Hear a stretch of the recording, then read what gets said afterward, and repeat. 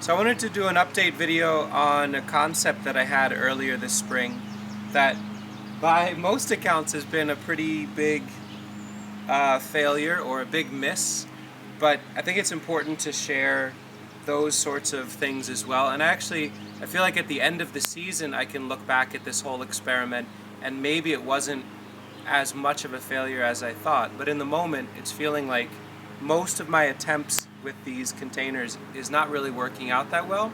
So I want to talk about what hasn't worked, why I think it hasn't worked, and what have been some interesting positive surprises that have worked. So I'm just going to get right into it.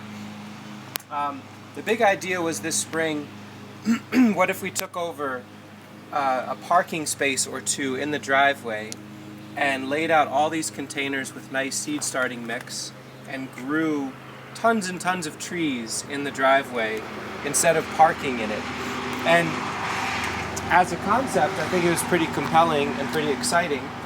And as I alluded to in a previous video, I noticed pretty early on that chipmunks were starting to rob the seed beds. So I put this bird netting over, which was a pretty flaccid attempt at keeping them out because they could sneak under. I have to be honest, I think when it comes to fencing and defending the plantings that I'm doing from rabbits or deer or mice, voles, all that, I often really run out of energy quickly in trying to do that. Like, I have unlimited energy to plant and try, but then to protect and defend and create these structures to occlude the wildlife, I really falter very quickly with that, and they took advantage of it in a pretty major way. Most of the apricots, most of the chestnuts, most of the hazelnuts, most of the everythings were taken out and the shells were left. And I think I absolutely could have intervened in a more real way. I could have put hardware cloth over them, but I think there's a part of me that's going to be interested in seeing in the fall, is it possible that actually everywhere around here is just loaded with those plants? As I dig up, I'm finding them more and more. I talked about that in a recent video. And if I lose them all, I think I'm also okay with that too. I haven't sold these plants in advance. It's not like I have inventory on my website that, oh, I'm scrambling, now I need to get 100 of these because I've sold 100. I'm not putting them on until I have them, and I don't have them. So it's going to be a really interesting learning experience. What I have found is that in an area completely exposed to chipmunk and red squirrel intervention or damaging, some crops were absolutely untouched, interestingly enough. The real winners somehow, the plants that really were able to escape the interest of the chipmunks and the red squirrels, were these white mulberries. There's 2 containers of them, so I don't think it's pure chance. They actually didn't mess with either of these containers at all, which is really interesting. And then there are 2 containers of serviceberry that I'm starting from seed, just a variety called Smoky, which I'm actually very excited about. And both of these have been completely left alone by them. You can't see with my shadow, but there are a lot in there. There's hundreds in each. This is what I would have loved to show all of our kind viewers. In each of these totes are just carpets and carpets of seedlings of trees, but the squirrels have other ideas. The other real winner, Sweet Sicily, that to me is not a surprise because aromatically it's a very, very intense plant. This was left alone completely. I have another tote that's doing really well. And then some other, well, here's a real random, this is kind of magical to me. Folks that are watching, somebody key this out positively, but I'm almost completely sure that's a trillium, which I don't know how the heck that even got in here. It wouldn't have been in our seed starting mix. I think a chipmunk or a squirrel planted a trillium in a container where I'm trying to grow apples from seed. So that's kind of crazy. The other one that worked really well, Blue False Indigo Bush, Amorpha fructicosa, coming up like mad. Absolutely no interest from the squirrels, and again, Sweet Cicely right next to it. So definitely not a chance that over there they missed it, but here, you know, there's two of them in two separate spots, so to me that is scientific proof that they don't like Sweet Cicely. Then some other things that have been really compelling to see.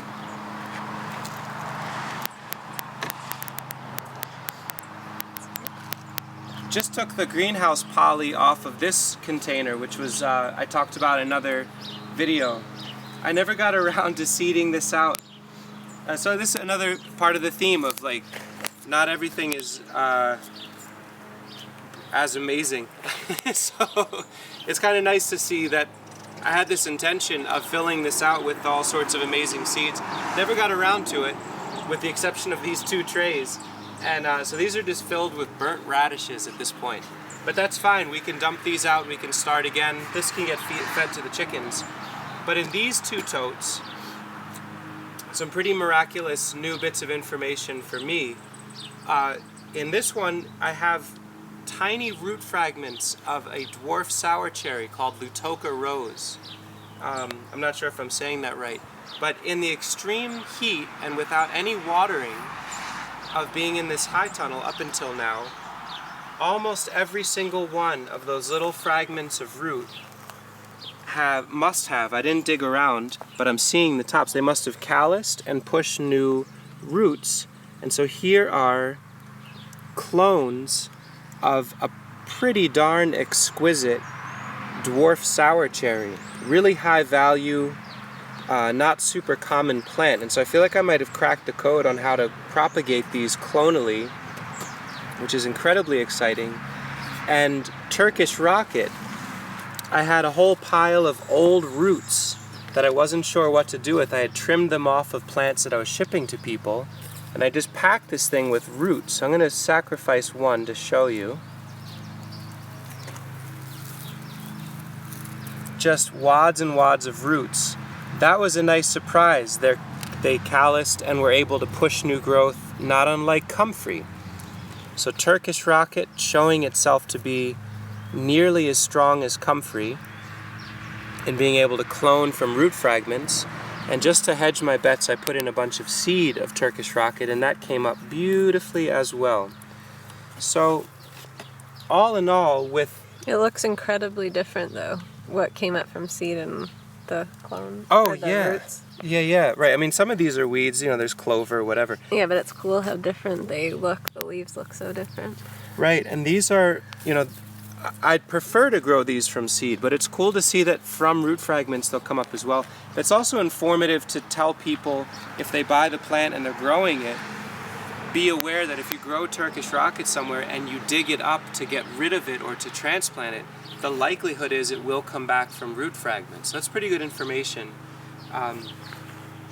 So all in all, we'll see what happens at the end of the season, but at the moment, with massive hemorrhaging losses of tree seeds, we're going to be left with hundreds, if not thousands, of trees. It's just not the full gamut of what I'd hoped for. And some really good information about future propagation techniques was revealed. And if I wanted to have a completely chipmunk and red squirrel ready nursery, I could just focus in on service berries and mulberries and be completely compatible with them. So anyway, that's what didn't work, that's what really failed, and that's what's currently working really well.